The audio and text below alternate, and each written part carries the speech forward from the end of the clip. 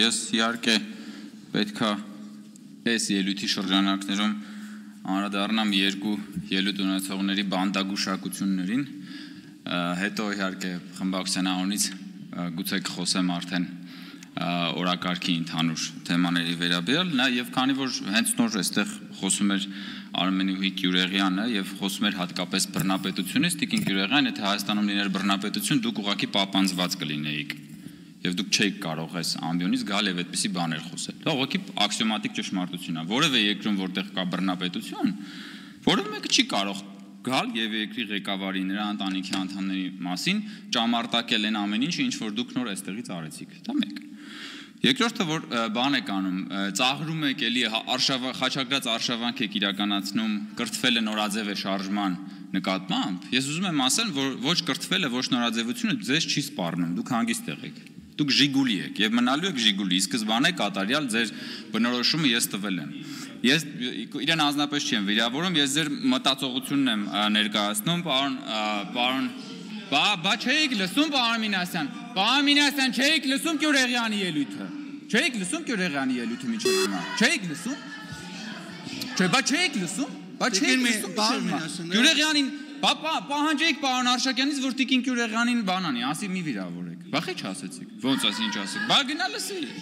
Ավելի պարոն Մինասյան խնդրում եմ էլի եկեք գգաք ելույթ կունենաք կարտահայտվեք։ Պարոն Մինասյան, տեղից Հիմա ես էլի եմ ասում, ձեզ չի սպառնում ոչ կրթությունը, ոչ նորաձևությունը, որովհետև դուք ի սկզբանե կատարյալ ժիգուլի եք, դրա նկարագրությունը տվել եմ։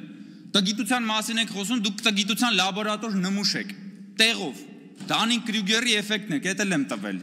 Դուք մարդ եք, ով որ այսօր Երևանի չէ, Հայաստանի համալսարաններից մեկում դաս է տալիս, բայց էլի չեմ դադարի հնչեցնել, երբ որ ասում էր բանը, Բագրատը մտավ Վանաձորը, Անձրևը կտրվեց։ Դա ո՞նց կարելի է բնագետը, բնագիտության վերաբերյալ դասավանդող մարդը, ո՞նց կարա տենց բան ասի, ժողովուրդ հասկա, ցնդաբանությունը, եկել աստե կրթությունից է խոսում մարդը։ Եկել է կրթությունից է խոսում, ինչ որ տերմիններ է բանանում, այստեղ ճամարտակում եւ այլն։ Կամ ասենք, բանը ինչքան կարելի է հատկապես ձեր խմբակցության որոշ անդամների կողմից գալ եւ այդպես թիրախավորել վարչապետի կնոջը։ Հատկապես այդքան իջնելով, այդքան էժանանալով։ Ես ուրիշ բացատրություն չեմ կարող գտնել, բացի նրանից, որ դուք ուղղակի դժբախտ մարդ եք։ Միայն դժբախտ մարդը սեփական կյանքում դժբախտ մարդը կարող է այնքան իջնել, որ գա այստեղ եւ վարչապետի տիկնոջ մասին խոսելիս այդքան իջնել։ Եկեք քաղաքական խոսք ասեք, փորձեք ձգտեք քաղաքական խոսք ասել, ձեր քաղաքական խոսքին կարելի է գալ անդրադառնալ, բայց այդ աստիճան պետք չի ընկնել։ Ասում եք իշխանությունը պահելու մոլուցքի մասին միայն կարող եք հպն մտածել։ Մենք իշխանությունը պահելու մոլուցք չենք ունեցել, դրա համար դուք այդտեղ նստած եք հիմա։ Հենց հիմա դրա նստած եք, որովհետև վարչապետը հրաժարական է տվել 2021 թվականին,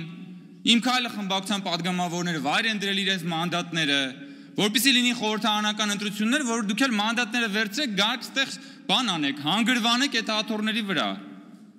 Ու հիմնականում էլ զբաղվեք պարազիտությամբ, որովհետև որ նայում ենք ձեր քաղաքական գործունեությունը, դուք հիմնականում պարազիտանում եք այս ժողովրդի եւ այս պետության հարկատուների վրա։ Հիմա եկել եք, չգիտեմ ինչեր եք խոսում։ Կրթությունից եք խոսում, ծաղրում եք կրթություն։ Բա իհարկե դուք պետք է ծաղրեք կրթությունը, որովհետև դա ձեր բանին դեմ է։ Ձեր կոդին դեմ է, ձեր ասում եք մեր քաղաքակրթական կոդը, բայց ձեր քաղաքակրթական կոդին դեմ է, ո՞նց պիտի դուք դրա մասին առանց ծաղրելու խոսեք։